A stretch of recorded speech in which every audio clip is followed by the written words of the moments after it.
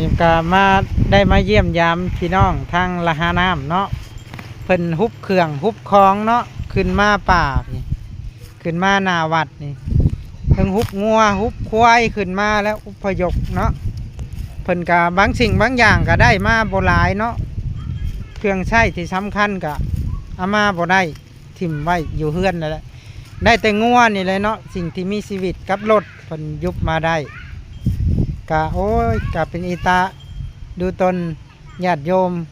เมื่อนี้ก็ได้มาฉันภัตตาหารอยู่พี่เนาะมาเยี่ยมยามมาอนุเคราะห์ออกตนญาติโยมเอาหมี่เอาขนมมาต้อนญาติโยมผู้ที่ประสบภัยน้ำท่วมเนาะอันนี้ก็คืองัวควายญาติโยมอยู่ทางละหาน้ำเมืองสองคอนแข็งสวรรค์เขตเพิ่นก็ฮุบงัวฮุบควายขึ้นมาไว้ก็ถือว่ายังดีเนาะเพิ่นได้ฮุบมาทันแต่ว่าเครื่องใช้บางส่วนก็เอามานำบ่ได้สู้ๆเด้อไอ้น้องทางละหาน้ำเฮาสาธุสาธุ